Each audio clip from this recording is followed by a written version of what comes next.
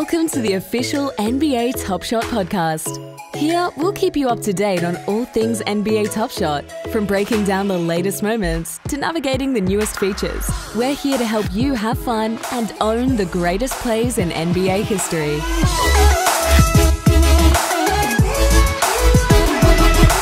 Let's start the show.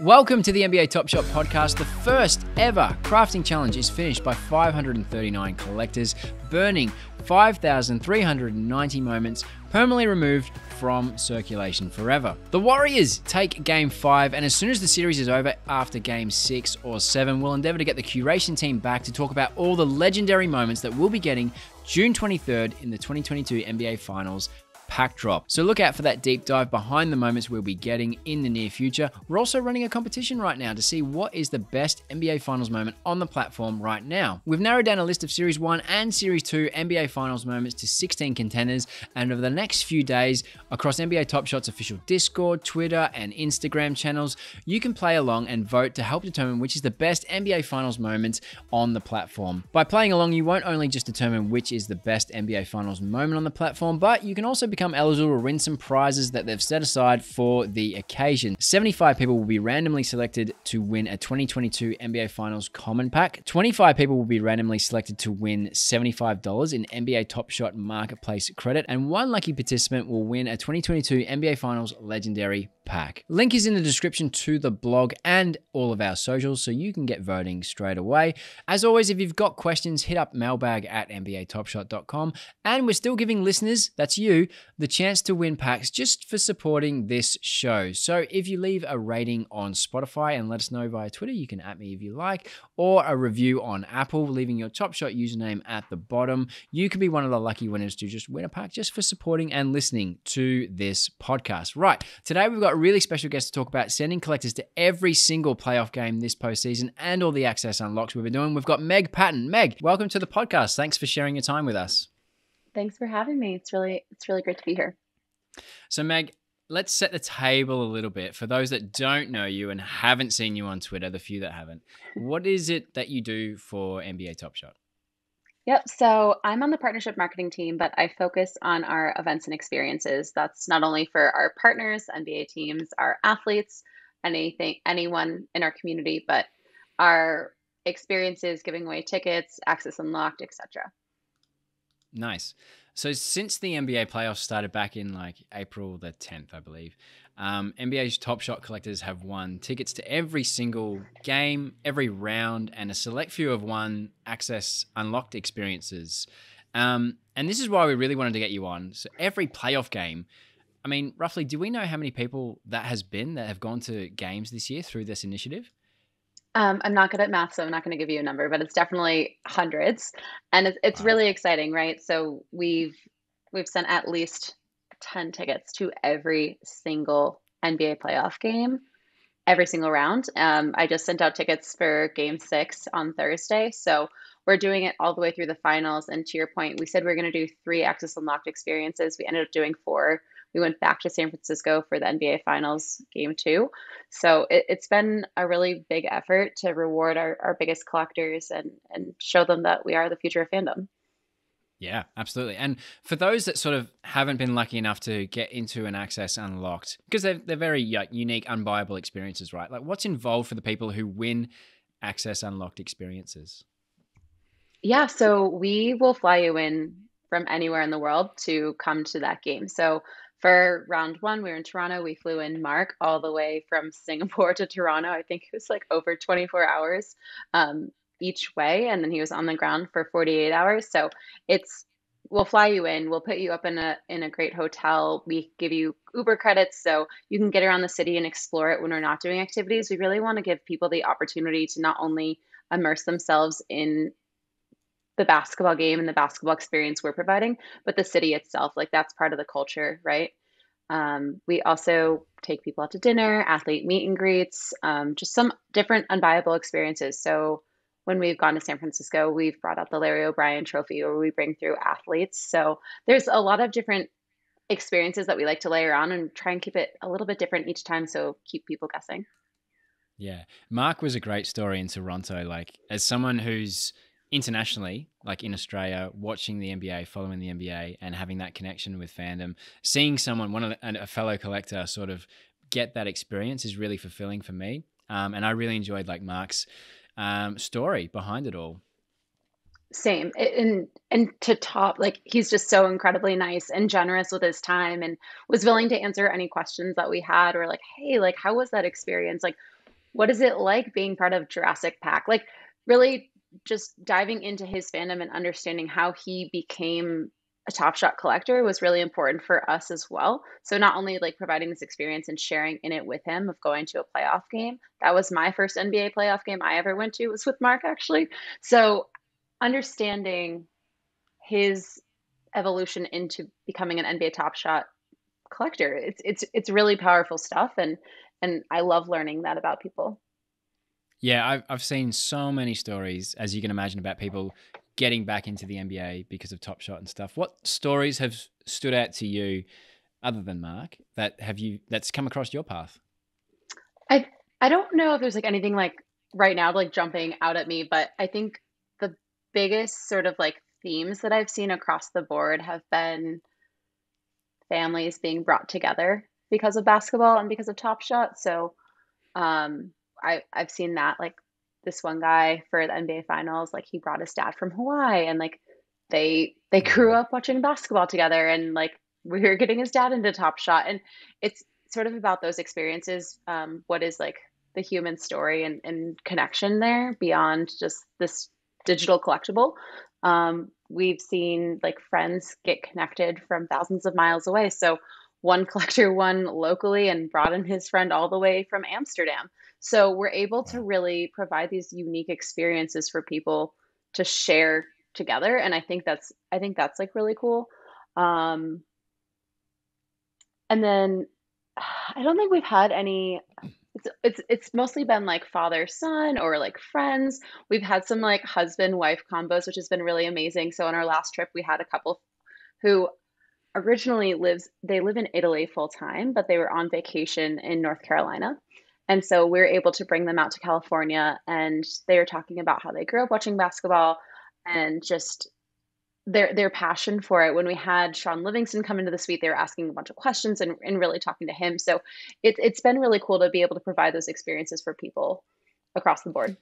Yeah, I love those connections that have been made between people, but also like you mentioned Sean Livingston, we've seen like athletes join suites in the Access Unlock experiences. Who out of like all of the, I guess, former NBA players or WNBA experiences, especially were great to work with for you? I mean, every single athlete I've worked with on Top Shot, and I'm not just saying this just to say it, like every single one of them has been incredible. So we had Marion in Dallas, we've had Chris Mullen, we had Sean Livingston. Even in past experiences, we've had a number of different athletes. Bobby Portis Jr. has stopped by one of our parties in Milwaukee. Every single athlete I've worked with has been incredible. And all that credit goes back to our athlete marketing team, who does a lot of work to make sure that the athletes we're getting on these experiences sort of meet the criteria that we're looking for. We want to have someone who's super personable, who may be interested in the product or already on the product itself.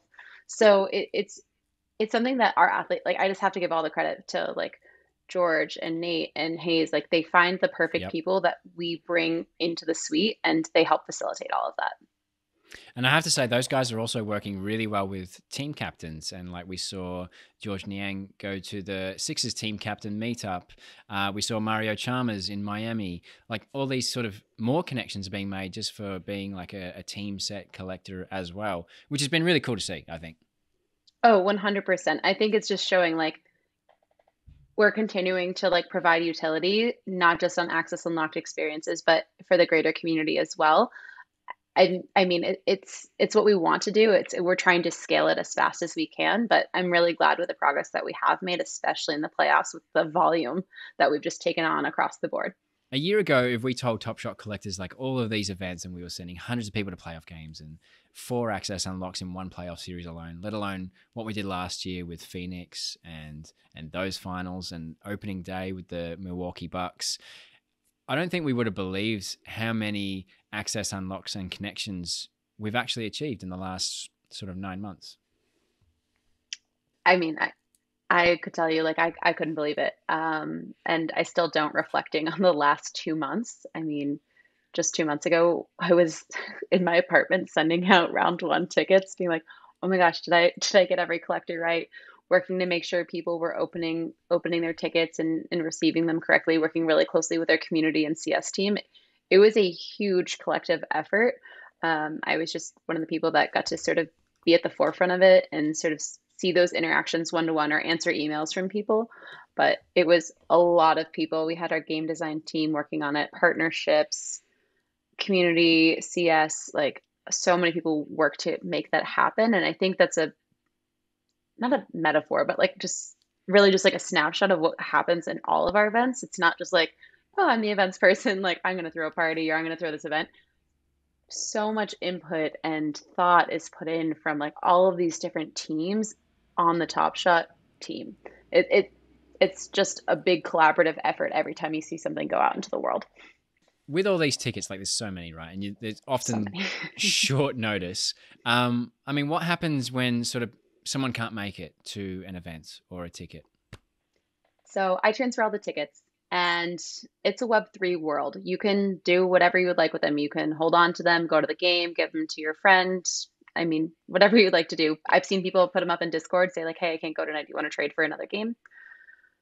What happened recently is we had this collector who hadn't claimed the tickets, and I try and go on every night to make sure, like, hey, like who's claimed their tickets?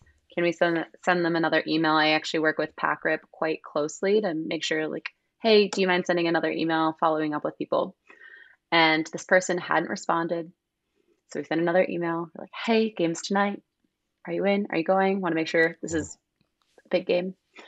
And he ended up emailing our CS team, like, is this real? Like, this person reached out to me. I'm not really sure what's going on. And we ended up getting a really nice note back that that individual was able to gift those tickets to a family member who had really just recently gone through so much, and how it meant so much that Top Shot was able to do this for him. And he just won the tickets. Like, he was just being a collector and just was doing what he loved. And we were able to give back to him without even knowing. And he came back and was like, this is so big for me. Thank you so much. And it really like touched a lot of people internally and touched me. I was like, okay, wow, like these late nights are worth it. Like trying to figure out where these tickets are going. It all is worth it in the end, to just touch one person like that. Yeah, I love seeing stories and posts like that where it really makes a difference, right? And it's really cool.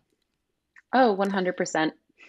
For people that don't know, how can they get involved in Access Unlocks for, I don't know, future ones that we do? We obviously got the NBA draft coming up and that one's sort of finished up and those sweepstakes have wrapped up. But for future, what can people keep a lookout for? Yeah, so I would recommend staying tuned to our Twitter, Instagram feeds. They always link back to our blog, which outlines the best way to sort of win or participate in these experiences for a chance to win. I'm really excited for next season. So my first Access Unlocked was Tip Off. I'm rounding out this season with NBA Finals, which we just did, and the NBA Draft next week, which is crazy. It's coming up so fast. But I'm looking to go bigger and better next year. I want to be able to like serve as many people as possible, but also just when doing that, making these unparalleled experiences. Like you can't even buy it, you can't even fathom it. And that's my goal for every Access Unlocked. Like, how can we continue to blow collectors' minds over and over and over again, despite like we're the core of it is going to a game and connecting with one another, right? How do we like blow that out of the water every time? So we talked a lot about the NBA. What are we doing to get excited for the WNBA for experiences there? Yeah, so we have done two Access Unlocks with the WNBA since I joined the WNBA finals in Chicago. And then we just did the WNBA Chicago Sky ring ceremony, which was so cool to sort of like So tell that cool. whole story arc. What we'd love to do is continue to show our collectors and the greater basketball community is the WNBA is so important. It's so important to us as a company. And so we want to continue to show up for collectors, to show up for that community and to look to bring Access Unlocked experiences alive across the board. So have some things in the works right now. Really looking forward to later this summer when we can share a little bit more about what those are. But I think we should all be excited about what the has to offer and the experiences that we can layer on with the W. I'm going to be honest. I, for the first time, purchased the WNBA League Pass Oh, amazing. because just love it. Always love having a bit of basketball in the background, especially during the regular seasons, right, where there's so many games. Right. Um, it's actually so much easier to learn from the W than it is from the men's because they're so much more structured. They actually play their plays, and men's basketball is a lot more freestyle and athletic talent that Agreed. overcomes a lot of things. And the WNBA is so great for learning, seeing the plays actually roll out, but also I would not want to play against a lot of those women. They are so good. They're so incredible. And I grew up playing sports. I'm 5'10", so I played soccer in college, but I grew up playing basketball. I grew up watching DT. I grew up watching Sue Bird. I grew up watching these greats now at the end of their career. And I would also consider like in their prime as well. And it's really cool to be able to like see our product capture their greatness and to really be a part of it. But to that point, like the WNBA is so much easier to watch and learn basketball at the same time or admire it as well. You're like, oh Mm. wow, like that was a really great pass. Like the Dallas Wings just had the first dunk of the WNBA season last week. So it's been really fun to sort of see like the WNBA progress this season as well. Yeah, I'm going to quickly shout out Lauren Jackson as well. I was lucky enough to see her Wow. play in the Commonwealth Games Oh, no um, way. in my hometown, and that got me into following her in the WNBA when she was around. And obviously, she was involved in a run it back as well. So that was really cool. And she's playing again after being a mum around here locally. So yeah, Oh, cool. just another avenue where I sort of really respect and got me back into the WNBA with Top Shot as well. So shout out to those. So Meg, now we're going to play a fun game called Explain Your Tweets. And I'm going to Okay. bring up tweets and you've got to explain them, okay? Sounds good. Let's do it. Explain this one to me. Schedule send on Slacks and emails is one of my favorite features ever created. Well, as you can see, this was sent at 11:39 p.m. and I work late most nights, so I don't want to always send a Slack or an email people super late at night. So try and schedule them in the morning, or if you don't want to reply immediately, you just schedule send it for like 6 or 7, 8 a.m. in the morning, and then they won't get back to you right then and there. So you take it off your to-do list, but you don't get an immediate response. I thought you were just sort of scheduling it later than you actually were to make it look like you were working harder than you were. Oh no, it's just sometimes you just don't want that immediate response, and sometimes you just don't want to bother people. But it's all about being efficient with your Okay, time. okay. I like that one. I like that one. Oh, this you don't even have to load the photo. This is from the Toronto Access Unlocked. So what we did is instead of just giving everyone gift cards, I gave everyone the amount that they were allocated for, and I swiped my credit card at the team store with the Raptors. So this is a really fun one, just seeing what everyone really wanted to get at that Access Unlocked experience. We were already in the arena. I was like, okay, guys, like get whatever you guys want up to X, Y, Z, and that's what they did. It was a lot of fun. My arms got a little tired or just like I was carrying going on to everyone's say, stuff. it looks heavy. Carrying that amount of swag would be heavy. It was, but that's part of the job. Team mom over here. It also looks hella fun. All right, let's go to the next one. Okay, the best part of my job is meeting our collectors. I'll say once, I'll say it again. We are the future of fandom. This one's about sort of interacting with athletes and stuff. No, it 100% is. It's about interacting with athletes. It's about interacting with our collectors. And I think one of the best parts of my job is the people, right? So I get to bring our athlete marketing team, I get to bring our partnership team, I get to bring our collectors all together. And this is sort of the result. People meeting their idols, people meeting athletes that they've always wanted to meet. So it really just shows like how we can be the future of fandom and why my job's so cool, I guess. Oh no. So I'm on the go quite a bit. I spend a lot of time in Ubers, like I said, at FedExes. And so while my life seems super glamorous, I get to go to games, I get to meet people and athletes. A lot of the job is actually on my computer organizing. I hotspot off of my phone everywhere. Um, It's just like, this is the job. It's like in cars, working on the way to another event. When you're at the event, pulling off into a corner to send out a spreadsheet. So this is event life. Nice. My problem with this is like I always use the mouse. I hate using the touchpad, and using that in a car would be just a nightmare for me. Using your mouse. Yeah. Yeah. I actually didn't ever have a second screen until starting at Top Shop. Now I have two. And so when you're on the road, you're used to just working off your laptop. And so when I come home like maybe 2 or 3 days a month or at a time. And so when I have the second screen in front of me, I like keep forgetting that it's there. And I just like lose my tabs on the second screen because I'm so focused on my 15-inch MacBook. I get it. So if anyone has read any of my tweets, as you guys have, you'd know that I tweet about our events, our collectors, and my dog Murphy. So he's my 95-pound Bernedoodle, and I wish I could take him everywhere. It would probably be like the highlight of my trip if I could bring him everywhere. But for now, he's at home. So that's what this is all about. It'd be better for the content as well. I'd love to see him on the road with you. I've been looking into getting him a jersey. So Top Shot, Top Dog. I don't know if anyone can make it happen. Let me know. We must make this happen. I have a photo for you with him with a basketball. So I think he could paw a basketball.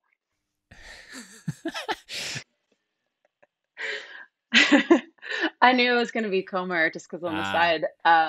So Comer is our social lead. We travel extensively together, and this is the other side of event life. We're on this amazing food tour on our San Francisco Access Unlocked. I believe this was for round 2 of the playoffs, and we're going on this food tour, and Kira's like, I gotta get something out now, and she just whips out her computer, sits down on a curb, and just starts pushing this content, and that's the life that we live. It's just nonstop, 24/7, and anything for Twitter, right? That's it. And I think we've got one more, which I really want to see your reaction to. This is the Larry O'Brien trophy.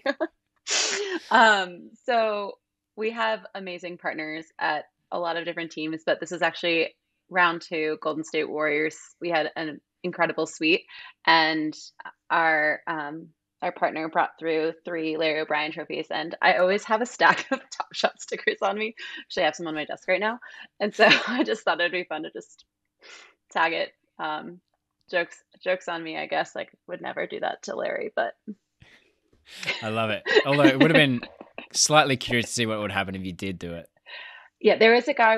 You can't really see it in the photo in the reflection, but there's a guy to the right who's like watching these 3 Larry O'Brien trophies like a hawk. But I think the funny story behind that is we had these Larry O'Brien trophies in the room, and everyone who like came through thought they were replicas. They didn't actually know they were real. And I was like, guys, these are real Larry O'Brien trophies. Like, all of the collectors like, wait, what? And so I was like, yeah, you can't touch them.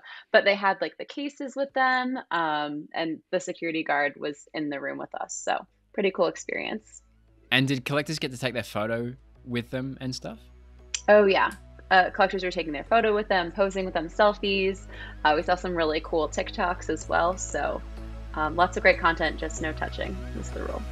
That's amazing. Meg, thanks so much for sharing your time and your stories with us about Access Unlocked. They've been really cool to hear. I can't wait to see what you guys are cooking up in the future. Appreciate your time. Appreciate you having me. It was so great chatting.